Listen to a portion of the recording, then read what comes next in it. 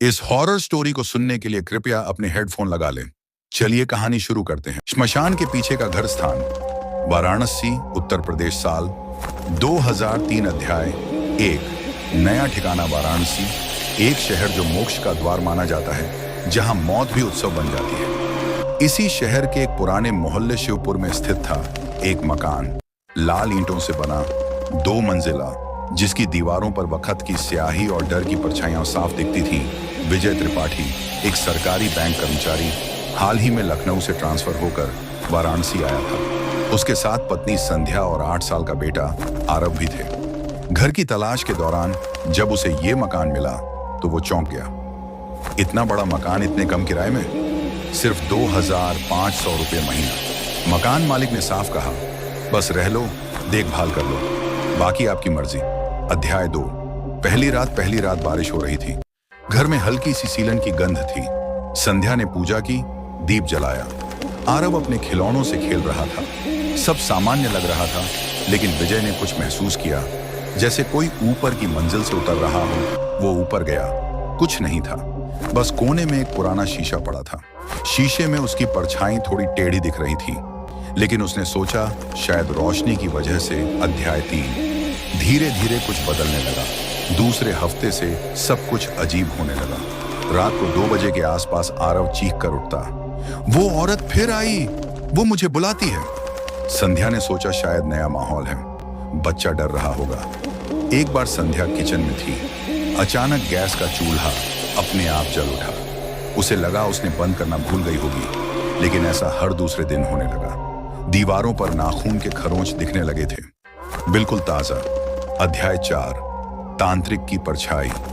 एक दिन मोहल्ले की एक बूढ़ी औरत गौरी दादी ने संध्या को बुलाया और कहा, बिटिया, वो मकान ठीक नहीं है। सालों पहले वहां एक तांत्रिक रहा करता था। रात में श्मशान से शव लाकर तांत्रिक क्रिया करता था। कहते हैं कि एक बार उसने किसी बच्चे की आत्मा को बांधने की कोशिश की थी, लेकिन खुद ही पागल हो गया और फांसी लगा ली। उसकी आत्मा आज भी वहीं भटकती है। संध्या डर गई, लेकिन विजय ने यकीन नहीं किया। उसे लगा ये सब अंधविश्वास है।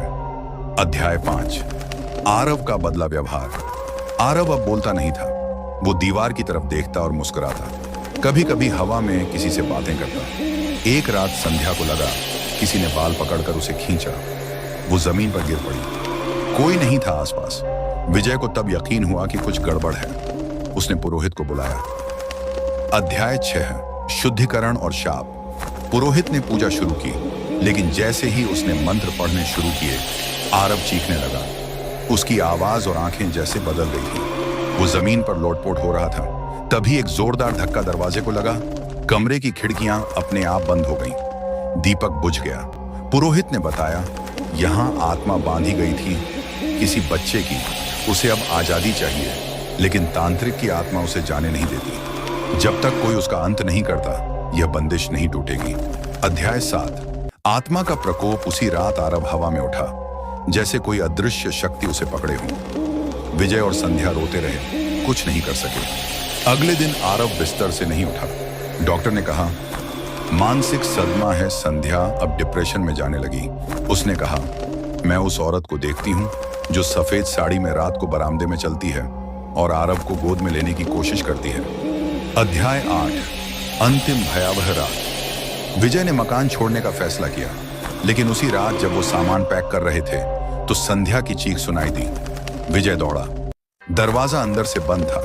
खिड़की से देखा, संध्या दीवार से उलटी टंगी हुई थी। उसका चेहरा नीला पड़ चुका था, जैसे कोई उसकी आत्मा खींच रहा हो। विजय ने दरवाजा तोड़ा, लेकिन वो बेहोश हो गई। अस्पताल ले गए, ब्रेन डेड। अध्याय 9। अंत या शुरुआत। विजय ने मकान छोड़ दिया। आरव मानसिक अस्पताल में भर्ती हुआ। विजय आज भी उस मकान के सामने नहीं जाता। कहता है, श्मशान की आग बुझ सकती है, पर उस आग में फंसी आत्माएं कभी शांति नहीं पाती। अगर आपको ऐसे ही डरावनी और रोमांचक हॉरर स्टोरी सुनने के लिए हमारे इस चैनल को सब्सक्राइब करें।